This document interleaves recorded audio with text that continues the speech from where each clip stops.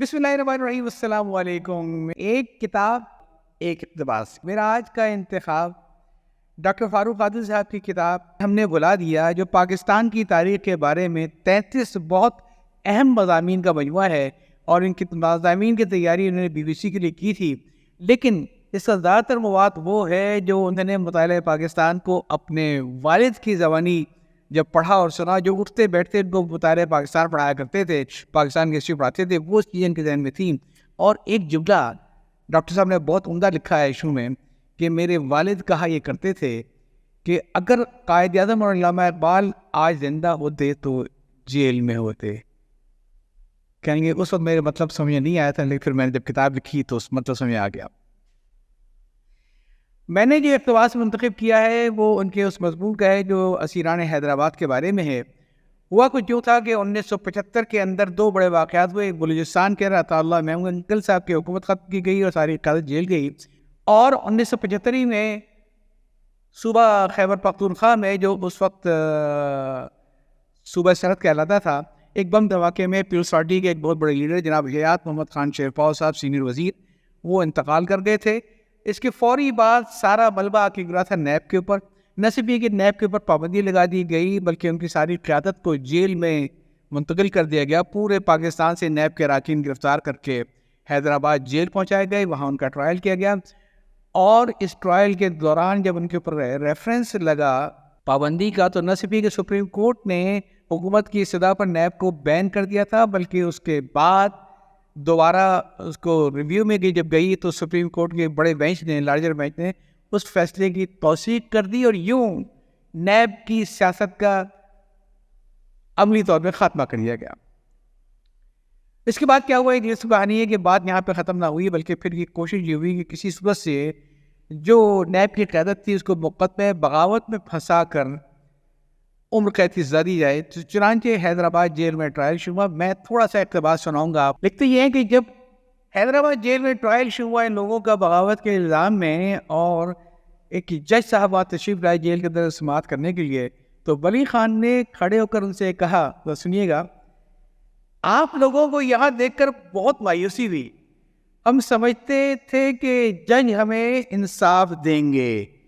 لیکن حکمرانوں نے تو آپ کو ہماری طرح جیل بھیج دیا ہے۔ اس مشکل وقت میں آپ کے ساتھ ہمدردی ہے۔ تو اس وقت اتفاق سے حبیب جالب بھی ان کے ساتھ جیل میں تھے، تو وہاں پہ ایک شعر تھا، انہوں نے فلبدی جو جج کے سامنے پڑھ کے سنایا، وہ یہ تھا کہ یہ منصف بھی تو قیدی ہیں، ہمیں انصاف کیا دیں گے۔ ڈاکٹر فاروق عادل صاحب لکھتے ہیں کہ اس موقع پر جناب حبیب جالب صاحب نے ایک قطعہ بھی کہا تھا جو اتفاق سے ان کے کسی مجموعہ کلام میں نہیں ہے، اور وہ قطعہ یہ تھا، کون کہتا ہے اسیروں کی رہائی ہوگی، یہ ہوائی کسی دشمن نے اڑائی ہوگی، ہم غریبوں کا امیروں پہ ابھی تک کیا ہے، ہم غریبوں کی ابھی اور پٹائی ہوگی۔ اور ایک شعر بہت دلچسپ وہ بھی میں سنانا چاہوں گا، کیا ہے کس نے تقاضا یہ ہمیں شراب ملے، ہر ایک فراق گوارا ہے مگر کتاب ملے۔ یہ دوسرا مثال تو میرے خیال میں اپنے پلو سے باندھ لینا چاہیے۔ ولی خان نے دوران سماعت یہ کہا تھا کہ جناب 500 گواہ سرکار کے ہیں، 500 گواہ میرے ہیں، اور جس لحاظ سے آپ لوگ سماعت کر رہے ہیں اس لحاظ سے تقریباً 300-400 سال تو لگ جائیں گے تمام گواہوں کو بتانے میں، تو بہتر یہ ہے کہ حکمرانوں سے کہیے کہ آب حیات آپ کو بھی پلا دیں، خود بھی پی لیں اور ہمیں بھی پلا دیں، تاکہ جب 400 سال بعد اس مقدمے کا فیصلہ آئے تو سننے کے لیے ہم زندہ تو ہوں۔ بہت دلچسپ کتاب ہے۔ اس میں یہی مسئلہ اٹھا تھا کہ آپ نے نظریہ پاکستان کی مخالفت کی، تو سوال ہی کہا گیا کہ بتائیے قانون کی کسی کتاب میں کوئی حوالہ ہے کہ نظریہ پاکستان کیا تھا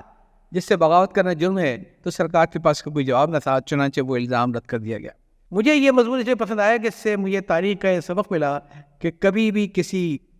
سیاسی جماعت کو پابندی کے ذریعے خواہ اس کی سپریم کورٹ نے توثیق کیوں نہ کر دی ہو، ختم نہیں کیا سکتا، اور کبھی بھی کسی سیاسی لیڈر کو جیل کے ٹرائل کے ذریعے ختم نہیں کیا سکتا۔ اسیران حیدرآباد ایک سبق ہے، نہ ولی خان ختم ہوئے، نہ نیب ختم ہوئی، سب کے سب دوبارہ بحال ہو گئے، فعال ہو گئے، اور پھر نیب بھی بحال ہو گئی سپریم کورٹ کی پابندی کے احکامات کے باوجود، اور تمام کے تمام اس وقت کے لیڈر ولی خان سمیت جن پر غداری کا الزام لگا تھا وہ ایک قومی لیڈر بن کے ابھرے، اور پھر پاکستان نے کبھی بھی ان کے اوپر غداری کا الزام نہیں سنا۔